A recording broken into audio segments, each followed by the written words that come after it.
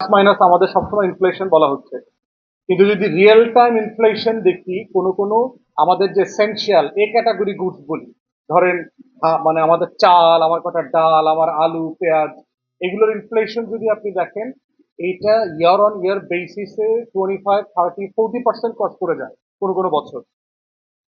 তাহলে যে মানুষটা 1,000 টাকা, 1,200 টাকা 5 বছর আগে থেকে মাসে পাওয়া শুরু করেছিল, তার খাবারের কস্টটা ইনফ্লেশনে আনেন, তার বিদ্যুতের দাম বেড়েছে, গ্যাস তেলের দাম বেড়েছে, ডিজেলের দাম বেড়েছে, তার ছেলে মেয়েদের স্কুলের বেতন বেড়েছে, ডাক্তার এবং নার্সের ডাক্তার দেখানোর খরচ বেড়েছে, ওষুধ কেনার টাকা আগের থেকে বেশি লাগতেছে।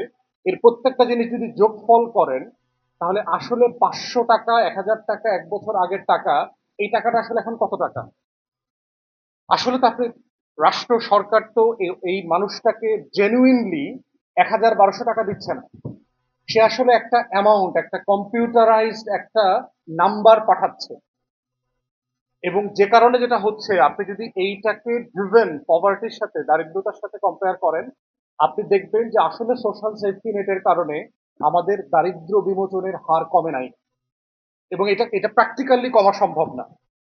এবং একই শুভঙ্করের ফাঁকির ভিতরে আমরা এখন এই যে কার্ডের রাজনীতি যেটা শুরু হয়েছে, 2,500 টাকার রাজনীতি। 2,500 টাকা দিয়ে আসলে আপনি কি করবেন? 2,500 টাকা দিলেন শুভঙ্করের ফাঁকি, দেওয়ার পরে আপনি কি করলেন? বিদ্যুতের দাম বাড়াইলেন 2 দফা, গ্যাসের দাম বাড়াইছেন, তেলের দাম বাড়াইছেন, ডিজেলের দাম বাড়াইছেন, পেট্রোলের দাম বাড়াইছেন। আমার সকল কৃষি পণ্যের দাম বেড়ে গেছে অ্যাকর্ডিংলি। কৃষি পণ্যের দাম বাড়া মানে হচ্ছে আপনার কারওয়ান বাজার থেকে প্রত্যেকটা জিনিসের কেজিতে যদি আপনি 1 টাকা 2 টাকা করে বেশি টাকা পে করে আপনাকে কিনতে হয়, ওই গরিব মানুষটার আসলে কোনো টাকা কি আপনি আসলে দিয়েছেন কিনা?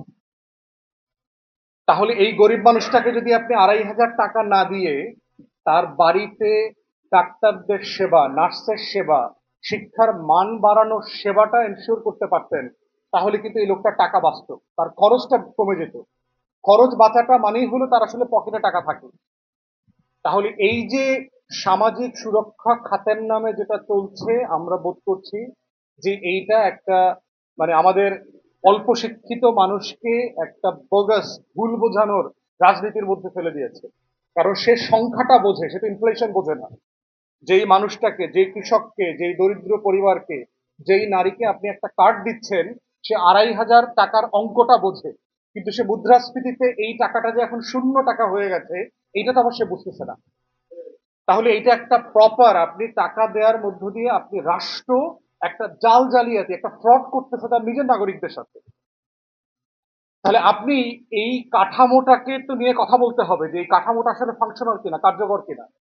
এজন্য আমরা ইংল্যান্ডে দেখেছি, আমি যেহেতু ওখানে লম্বা সময় ওয়েলফেয়ার স্টেটের ভিতরে থেকেছি, ভুলু ভাই ওখানে মাস্টারি করছেন, স্যার ওখানে পড়ালেখা করছেন, তো এই জায়গাতে তারা যেটা করে, আপনার প্রতি 1-2 বছর 3 বছর পর পরে ইনফ্লেশন অ্যাডজাস্ট করে।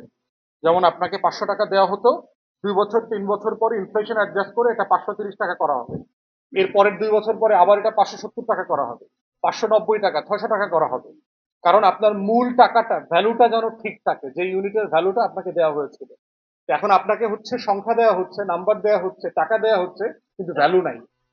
আপনাকে একটা পুরাতন আদিকালের একটা নোট দেওয়ার মতো অবস্থা হয়েছে, লেখা 500 টাকা, কিন্তু বাজারে গেলে ওই জিনিস দিয়ে কোনো কিছু কেনাকাটা করা যায় না। ওই যে আসহাবে কাফের গল্প পড়ছেন না সূরা কাহাফে?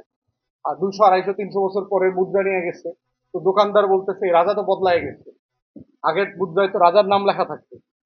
তো সেইখানে এইটা হচ্ছে প্রথম তর্ক যেটা আমাদেরকে অ্যাডজাস্ট করতে হবে, যে আমাদের এই সামাজিক সুরক্ষা খাতকে আসলে প্র্যাকটিক্যালি জনগণের যেই, মানে দারিদ্রতা দূর করা, তার ক্রয় ক্ষমতা বৃদ্ধি করা, সেটা আসলে করছে কিনা। দ্বিতীয়ত হচ্ছে দেখেন মূল্যস্ফীতির আলাপে যে সরকার বলছে 7.5% তার টার্গেট, মূল্যস্ফীতি 7.5%-এর নিচে নিয়ে আসা। সোনার বাংলায় কোনো সরকার পেতে পারে নাই, আপনি কেন পারবেন? আপনি বলছেন আপনার আপনার জিডিপির projection 6.5% plus minus. World Bank, IMF, ADB, কোনো সংস্থা, কোনো অর্থনীতিবিদ বলছে না এটা 4-এর প্লাস মাইনাসের কম বেশি কিছু হবে। প্র্যাকটিক্যালি পসিবল না, আপনার অর্থনীতি নাই তো। আপনি এটা কি দিয়ে বাড়াবেন? অর্থনৈতিক অ্যাক্টিভিটিসটা আপনি কিসের সাপেক্ষে বাড়াবেন? একমাত্র সাপেক্ষ হচ্ছে আওয়ামী জাল জালিয়াতি, পরিসংখ্যান ব্যুরোকে ম্যানুপুলেট করা, এনবিআর কে ম্যানুপুলেট করা, ব্যাংকের এলসি, বাংলাদেশ ব্যাংকে দিয়ে ম্যানিপুলেট করে সংখ্যার তারতম্য তৈরি করে একটা ফাঁকা বেলুন আগামী বছর বলা যে ভাই এই যে দেখো আমার এত এত টাকা আয় উপার্জন হয়েছে, আসলে হয়নি।